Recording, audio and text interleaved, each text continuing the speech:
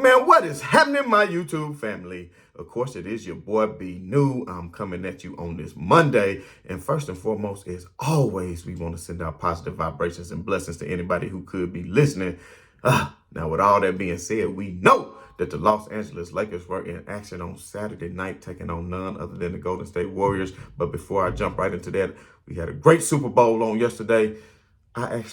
Y'all might not believe it, but I picked the exact score before the game. I promise. I picked the exact score and I didn't even bet on it. So we're not even going to talk about this. So let's go ahead and talk about these Los Angeles Lakers because I'm a little bit amped up today from what I saw on Saturday night. And I'm actually feeling kind of good because before we get into any of the X's and O's and everything that happened and transpired against the Golden State Warriors on Saturday night, I want to talk to you about that of none other than LeBron James. Now, Darvin Ham has been sending LeBron James, working him like a workhorse, 40 minutes a game all the time, just riding them, playing them the whole fourth quarters, not just knowing that LeBron James has had some injury with his foot. He's been having this foot problem all year. I've been saying at the beginning of the season, that's why his three-point shot was off and his percentage was down so much because it was just a nagging injury. But when he saw them getting out the gate so slow, he had to run to the rescue and do what he had to do. And he saw AD go down. If AD could have remained healthy and kept putting on the show that he was putting on with them 30-something game at that little 7 or 8 game stretch he had, then LeBron James could have got completely healthy. And then people mad, oh, well, he broke the record and then rested his foot. Come on, he's been playing through pain. Of course, he's going to go ahead and break it. But if he can count on his teammates to come out and get victory so he can rest his foot, then that is key. As of the time that I'm recording this video, they said there's a 50-50 chance that he will play tonight versus the Portland Trail Blazers. I, for one, think he could sit out again and keep resting that foot. And the new established team that we about to talk about in a minute that I'm excited about with D'Angelo Russell, Malik Beasley and company, Jared Vanderbilt and company, have me very excited. But before I get all into that, I would like to say that LeBron could sit that game. He may play the Pelicans game Wednesday night because he know that they're directly in front of them, just like Portland is, and it's two very important games, so he may play tonight, who knows. But if he were to sit those games, of course, the amount and the level of scrutiny that he would come under if he were to go play in the All-Star game, well, you can't play for your team. But you can go get personal accolades. Of course, they're going to say that this man been playing through pain all season. And, of course, he wouldn't want to be in the face of the league that he still is today in year 20. He wouldn't want to let them down and not show up for the All-Star game, especially considering he is the captain. So with that being said, if I had to put my loot on it, and I will, I think he will play Wednesday night against the Pelicans just so he don't have to hear the noise of bozos and the clowns around that always got something to say. But anyway, I'm sure LeBron James was very happy with the results on Saturday night, just as the rest of Laker Nation were indeed. And, of course, we all saw LeBron James come into the stadium and have a seat next to that young fan. And she was so excited, and she even said she was sitting next to the GOAT. And we saw that he did take a picture of her after the game, even though people were saying that he was not being too friendly, although there are rules in place for player-fan interaction and things of that nature during the course of a game. But we won't get into all that. But I tell you what we will get into, and what we will get into is that of the Warriors against the Lakers. It was a great game. My bad if you noticed I just had a little bit of a technical issue. But like I said, what we will get into is that of the Los Angeles Lakers and the game of the Golden State Warriors, which was great. Like I said, I really enjoyed the new addition of the Lakers. And, of course, we all know the Golden State Warriors coming into this game, even without Steph Curry, they've been playing well at home all year. We know their struggles on the road, but at home they had been 21-6, and the Lakers came in and gave them that 7th L and did it in a good fashion as they really controlled the game for most of the game, even though it was kind of a close back and forth game throughout. The Lakers being able to come together. Now, let's get one thing clear. The Lakers had not even practiced as a unit yet with their new additions. They got rid of 6 players and they added 6 players, and they had not even practiced with these new additions. And like my boy Achimura said after the game, we was just out there hooping, fam. We was just out there hooping, and that lets you know if you can develop a chemistry as such, even without LeBron James out on the floor, which I know the naysayers will say, oh, he just eats up clock, dribbles a lot. No, LeBron James gets those assists. And as you can look down the assist bracket, the Golden State Warriors had double damn near the assist of the Lakers because they were moving the ball quite well. But the Lakers still found a way to pull out the victory. Anthony Davis, who was putrid on offense because they really had a good game plan and really doubled him up each time he got the ball. But now with the Lakers having newfound shooters who are that of D'Angelo Russell and Malik Beasley, who are in the top 15 in three-pointers made in the NBA. And that's going to really help when LeBron gets back because now you can spread the floor.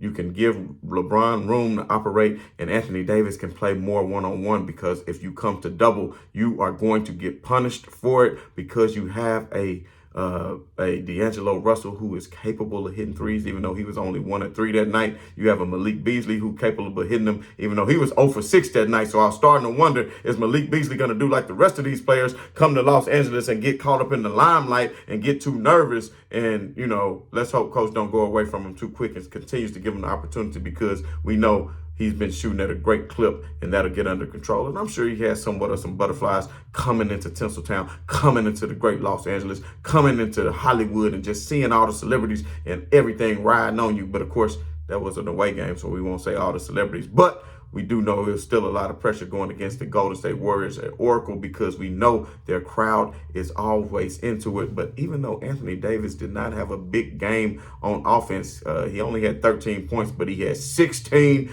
big rebounds, mostly defensive rebounds, stopping Golden State from getting any more possessions, just sealing it right there, keeping them off the offensive glass. He was only 5 out of 19, only shot 26%, but he was a +8 while on the floor because the way he dominated on defense. We saw the big blocks that he had down the stretch, which were amazing. Golden State really could not do anything in the paint. Anytime they tried to get in there, they got turned back around because AD is playing like AD. And that's what I was saying about nobody going to miss Thomas Bryant. Bruh, you want to get out of here? We put you on the first thing smoking. So let's not even forget that the Lakers have Mo Bamba in the weights too, who will be able to help protect that paint and be a great in position to come in and back AD up or even play alongside him, depending on how Ham can figure out how this lineup needs to be. And speaking of forward positions, you talking about Vanderbilt, even though he was, I think, a -3 or 4, Vanderbilt was -3, I think, he still was valuable because of the things he did. He was tenacious on the defensive end, and it seemed like he was everywhere trying to get on the glass. He had 6 or 7 boards. He had 8 rebounds, as a matter of fact, 12 points. So that's giving you, if you look at the Lakers all the way down, Hachimura had 16 points. AD had 13 points. D'Angelo Russell had 15 points. Schroder, let's not forget Schroder.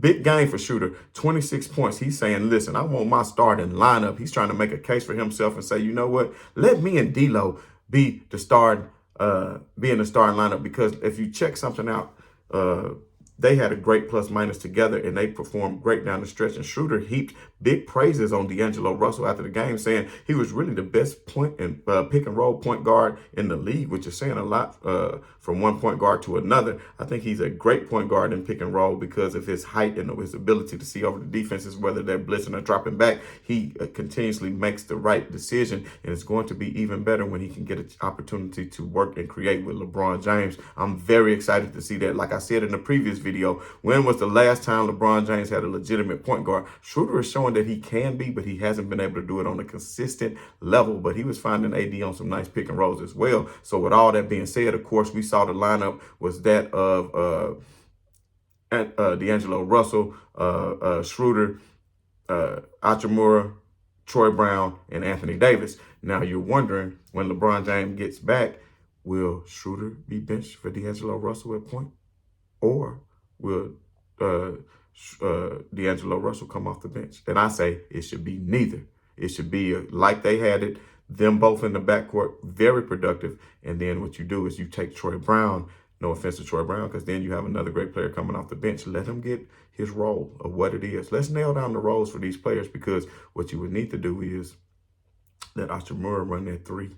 Or either LeBron, and let LeBron run that 4 and AD run that 5. So if you come with that starting lineup, now you have Hachimura, who can stretch the floor, Anthony Davis, who can somewhat, we don't really want him shooting a lot of threes, but he can, and he can play from the elbow. And then you also have Schroder and D'Angelo Russell, who can both shoot the three, stretch the floor. Now you have really 4 or 5 players who can all stretch the floor, and then defenses have to respect what they can do from the outside. Even though LeBron James hasn't been having his best performance from the three-point line this season, we still know what he is capable of, especially if he gets hot, like we saw in previous games where he hit 9 3-pointers in one game this season, which was his career best. But going back to Hachimura, 16.7 boards and an assist. He shot 54%. He was a plus 12 on the floor. D'Angelo Russell, 15 points, 5 rebounds, 6 assists. He was 6 out of 12, shot 50%. He was a plus 12 on the floor.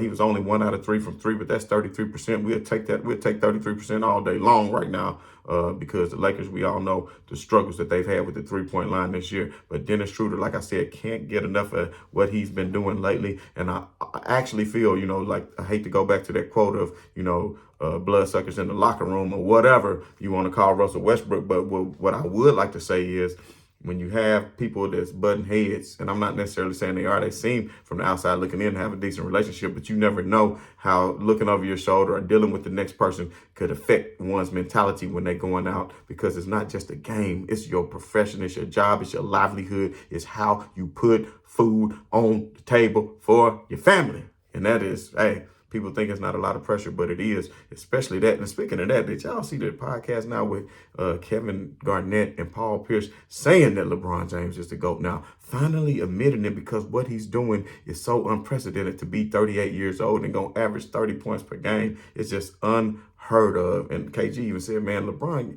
if nobody else in the league got the right to load manage, LeBron James does. Look what he sacrificed his body for these organizations. Like I just said, going back to what I was saying about Darvin Ham, you playing him 40 minutes a night in some games. And LeBron had to have an MRI this week on that foot. That lets you know it's serious. They said this is one problem area. LeBron, if you listen to this right now, baby boy, go ahead and get you some of that black seed oil and rub it into their foot. I'm telling you, it will get rid of all ails. It will take care of that inflammation that you are having in that foot. So if somebody else who might be close to LeBron, y'all pass it along to him. You understand me? But yeah, you just never know. So at the end of the day, when LeBron James comes back healthy in these last, remaining 24 or 25 games, it's going to be very pertinent that the Lakers start to rack up some wins here pretty soon. And we saw from what they did Saturday night with this new group, they have a respectable team now. And I've been saying for a long time, these other players ain't it. Now you have large wing players. You got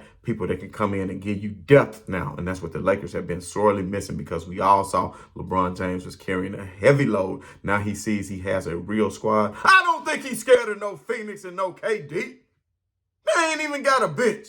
We welcome it, because I, for one, cannot wait to see LeBron James get back healthy and get in this new lineup with this squad, because now, I must say, Pelinka pulled off some magic in acquiring D'Angelo Russell. I think that's going to be great. I think him and LeBron are going to get a chemistry together that resembles that of LeBron and Kyrie Irving. Watch what I'm telling you. Now, the Lakers was pretty smart in shooting for their threes. The Lakers was 8 for 25 from 3 at 32%.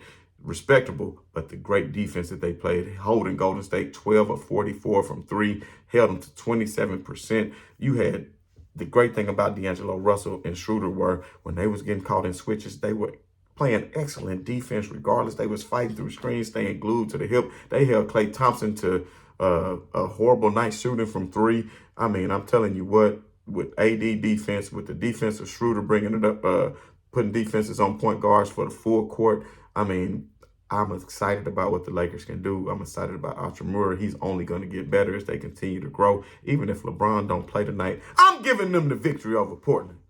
And then, when they come back home to face New Orleans and get their rematch of the game they know they gave away, because if you look at the standings, look where New Orleans and Oklahoma City has now snuck into that top 10. And those are games the Lakers both would have won. It would have been them in that top 10. So, it's coming, y'all.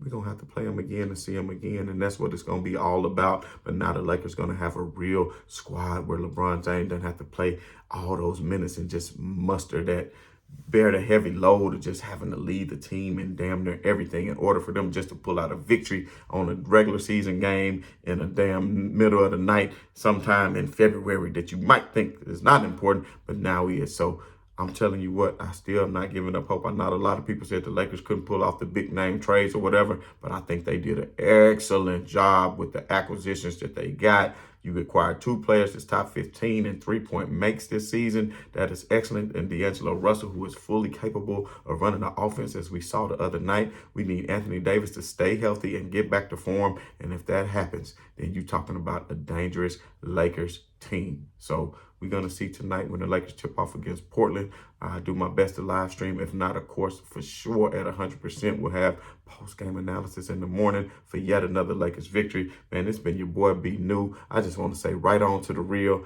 and much love to the haters. I'm out.